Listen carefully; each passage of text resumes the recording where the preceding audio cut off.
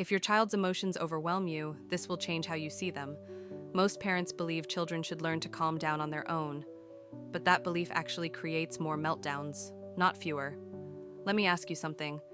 Have you ever watched your child go from laughing to crying to completely melting down in seconds and thought, why is this so intense?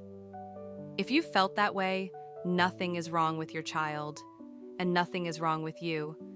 This is about how emotions actually develop in the brain.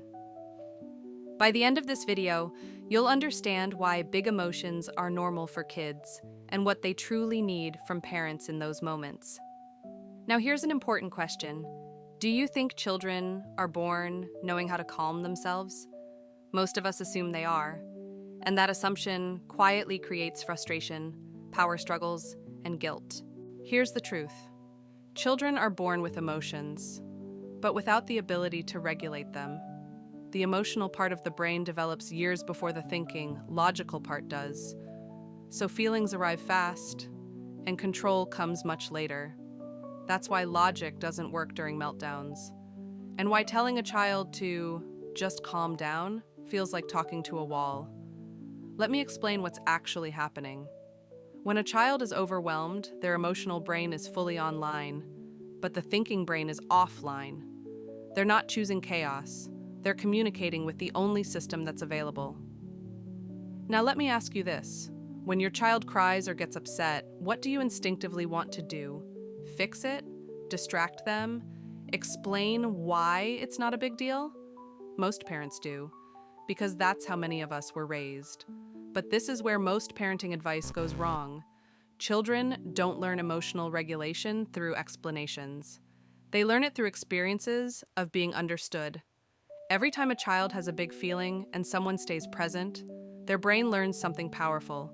This feeling is survivable. I'm not alone. I can come back to calm. That's how emotional pathways are built. Now, here's something many parents don't realize. When emotions are constantly rushed, dismissed, or shut down, they don't disappear. They go underground. And later, they often show up as anxiety, anger, people-pleasing, or emotional shutdown. So, what do kids actually need from parents? They need presence first, not fixing, not lectures, just steadiness. They need help naming what their body is feeling before behavior can change. And they need time, because regulation develops slowly, just like walking or talking. Let me give you a simple example. Imagine your child is crying because their block tower fell over. To an adult, it seems small, but to a child, it's loss. If we say, it's not a big deal, the child's brain learns not to trust its emotional signals. But if we say, that was really disappointing, something different happens. The child feels seen, and emotions begin to settle. This next part is important. Acknowledging feelings doesn't make kids more emotional.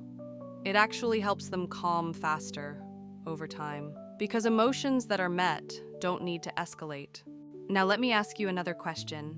What role do you play in all of this? A bigger one than most parents realize. Children don't learn regulation from our words. They learn it from our nervous system. When a parent stays grounded, the child's brain borrows that calm. When we're rushed, tense, or overwhelmed, their nervous system absorbs that too.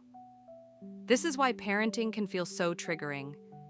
It often brings up how we were treated when we had big emotions. And this is important to hear.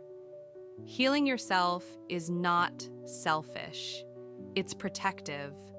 Because over time, children raised with emotional support don't just behave better. They grow into adults who trust their feelings, communicate clearly, and handle stress without shutting down or exploding. That's the long-term impact. So if you've ever worried that you're not doing enough, let me say this clearly. You don't need to be perfect. You need to be present enough. Every moment of connection builds emotional strength. And every repair, every time you come back and say, that was hard for both of us, teaches resilience. Before we end, I want you to reflect on one thing. What did you need as a child that you're now learning to give? If this shifted how you see emotions, you're in the right place. Follow Conscious Living Lab, where we turn everyday parenting moments into opportunities for emotional growth, connection, and long-term resilience.